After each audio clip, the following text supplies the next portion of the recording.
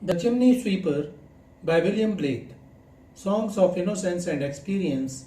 Structure, Summary, Analysis. Hello and welcome to the discourse. The Chimney Sweeper is the title of two separate poems by William Blake. The first of these poems was published in his collection Songs of Innocence in 1789. In 1794, Blake published the second poem by the same title in his collection Songs of Experience. The earlier poem is told from the perspective of a young chimney sweeper who has been sold as a child laborer by his father. He meets another young kid named Tom Dacre who is terrified by the situations at the chimney workplace. During that period, young boys from poor families in England were sold to clean chimneys at the age of 4 or 5. They were suitable for the work because of their diminutive size. Children in this field of work were often unfed and poorly clothed. In most cases, these children died from either falling through the chimneys or from lung damage and other horrible diseases from breathing in the soot. This poem is titled The Chimney Sweeper, which primarily deals with the dream of Tom Dacre in which he and other chimney boys are visited by an angel who releases them from their coffins of black and promises them eternal bliss, but at a cost.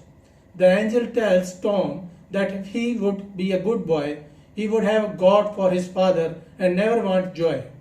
The emphasis on their duty as chimney sweepers belies Tom's naivety. He accepts an implicit social contract that dictates his servitude in exchange for the abstract promise of salvation. The Songs of Experience contain the second poem or the second part of the same poem titled The Chimney Sweeper. In the second poem, the child is more clear about his situation with no illusions about the exploitative situation he has been forced into. Structure of the Chimney Sweeper. The Chimney Sweeper comprises 6 quatrains, each following the AABB rhyme scheme, with 2 rhyming couplets per quatrain. The regularity of the form offers a sense of a nursery rhyme or children's fable. The poem follows anapestic and iambic meter and is written in first-person narrative. The poem can be divided into 4 sections. In the first stanza, the narrator introduces himself and the misery and hardship of his life as a chimney sweep.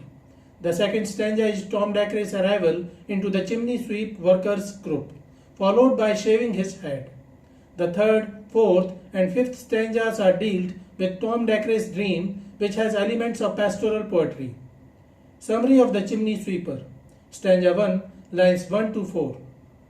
When my mother died, I was very young, and my father sold me while yet my tongue could scarcely cry, weep, weep, weep, weep. So your chimneys I sweep, and in soot I sleep. The first stanza introduces the speaker, a young boy forced by circumstances into hazardous occupation of a chimney sweeper. The little boy recounts how his mother passed away when he was quite young. When he was young enough to not even be able to say the word sweep, he was sold by his father to a master sweeper instead, and he cried constantly. The sorrowful meaning of the pun created by the word weep appears 3 times in the third line of this stanza.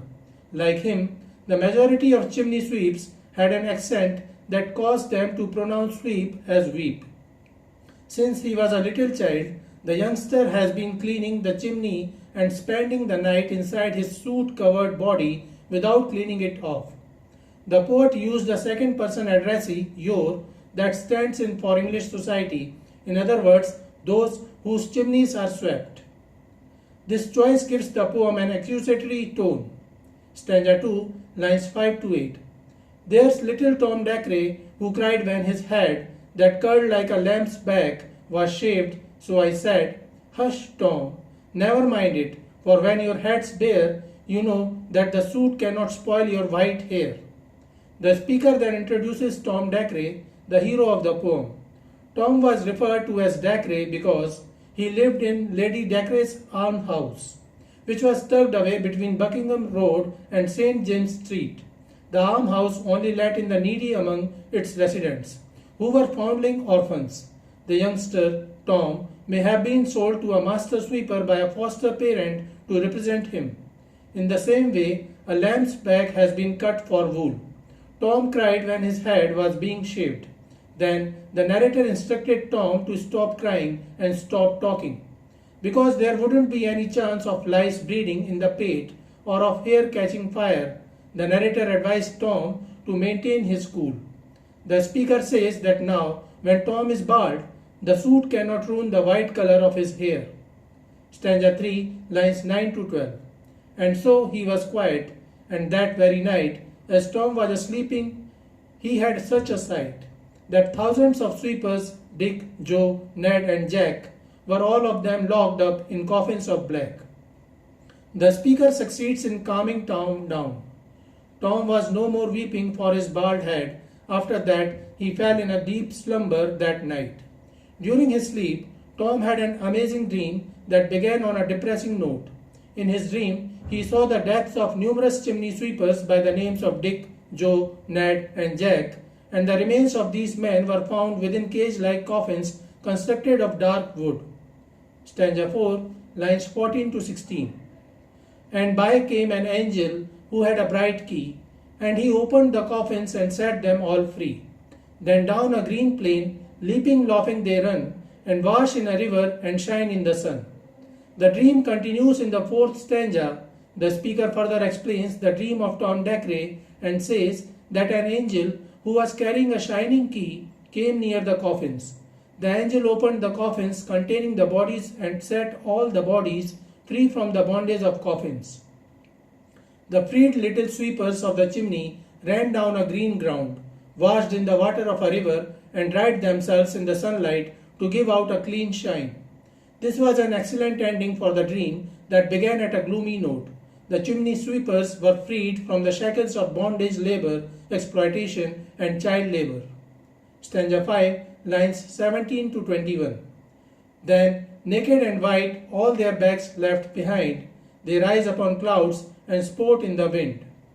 And the angel told Tom, if he would be a good boy, he would have God for his father and never want joy. The dream continues in the fifth stanza as the narrator says that the children got rid of their shackles. They bathed in the clear shiny river. They were all naked and white, free of any soot, blackness, and dirty clothes, as all of their bags were left behind. The children traveled through the clouds while having fun in the blowing air. The poet uses the imagery of free-floating clouds as a visual sign of liberation from the physical limitations of the body. The angel assured Tom that if he behaved well, he would have God as his father and would never be without happiness. Stanza 6, lines 20 to 24. And so Tom awoke, and we rose in the dark, and got with our bags and our brushes to work. Though the morning was cold, Tom was happy and warm, so if all do their duty, they need not fear harm. The dream concludes in the sixth and final stanza. As Tom woke up, his dream ended abruptly. Tom and the other young sweeper lads got out of bed in the pitch black. They prepared for work by grabbing their bags for dirt and the scrubbers they needed for washing the chimney. Tom felt warm and content after having the dream, despite the chilly morning. The poet offers a suggestion in the last line: if everyone does their responsibility, they need not fear any damage. In 1794, Blake published his other major poetic collection titled Songs of Experience, which again contained a poem by the same title, The Chimney Sweeper. However, he capitalized all letters of the first word, the. In the same year, he published the unified version of these collections by the title Songs of Innocence and of Experience, showing the two contrary states of the human soul. Both the poems were published in this version, and they offer a contrast between the joy, freedom, and happiness that are the natural state of childhood with the oppression and exploitation of contemporary society.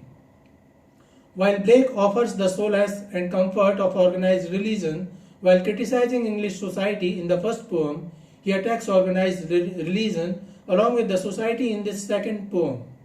The children are still suffering in the chimney despite their best efforts to commit of their duties. The little sweet boy is so covered in soot that he is barely recognizable. He explains that society has oppressed and exploited the natural joyfulness of his youth. He is so deteriorated and weak that there is no hope for him. Blake again wrote this poem in quatrains, but it is rather short, with just 3 stanzas, 12 lines, 4 lines in each stanza. Blake used iambic and anapaestic meter in this poem, following a rhyming scheme of AABB, CACA, EF. Blake used alliteration, assonance, and imagery in the poem. This second poem can be divided into 2 sections. In the first, an unspecified speaker notices a little black thing, the little chimney sweep boy in the snow who is crying. The speaker wonders why the child is crying and asks him about his parents. The child then answers how he was trapped in the chimney and how devastating his life has been. Summary of the Chimney Sweeper. Stanza 1, lines 1 to 4. A little black thing among the snow, crying weep, weep, in notes of woe. Where are thy father and mother, say? They are both gone up to the church to pray. The unknown speaker notices a strange black thing in the snow. This thing is a child who has lost both his parents. He is so covered in the soot that he is unrecognizable. The poet describes the child as a little black thing, suggesting the inhumanity of the society of that period. As the speaker asks the child about his well-being and his parents, the child cries out that both of his parents have gone up to the church to pray. There is no one to care for him, no parents to provide for him, or an organization that cares what happens to him. Many might say they care, but then do nothing to prove it. Stanza 2, lines 5 to 8. Because I was happy upon the heath and smiled among the winter's snow, they clothed me in the clothes of death and taught me to sing the notes of woe. The child hardly had anybody to share his sorrow, and when this unspecified stranger asked him about his well-being, he took a chance to express his anguish. He thinks back to his earlier days and how happy he used to be. All of this was taken from him. They, the church, clothed the child in death and forced him to sing the notes of woe. He was taught the darkest parts of life during a very important period in his life. He should have been free to be happy and joyful in nature, but instead he is a chimney sweeper. Stanza 3, lines 9 to 12. And because I am happy and dance and sing, they think they have done me no injury, and are gone to praise God and his priest and king, who make up a heaven of our misery. In the last stanza, the poet scathingly attacks the church or organized religion. The child says that the men and women who might help him, those who go to church, think he is okay because he dances and sings. They don't know that these things are done only to get by and sometimes to find some comfort somewhere. They think that they have done him no injury. The child speaker places the blame for his circumstances at the feet of God and his priest and king. The church and more broadly organized religion is at fault for his misery. In the first poem of Innocence, the poet offered organized religion as a solace against the ill conditions of the children by means of the strange vision of Tom Dacre. But in this second poem, there is no such illusion in the child's mind. He realizes that the actual culprit for his ill condition is the organized religion. It was the duty of the church to take good care of the orphans, but the church forced them in slavery to work in the chimneys. So this is it for today. We will continue to discuss the history of English literature. Please stay connected with the discourse. Thanks and regards.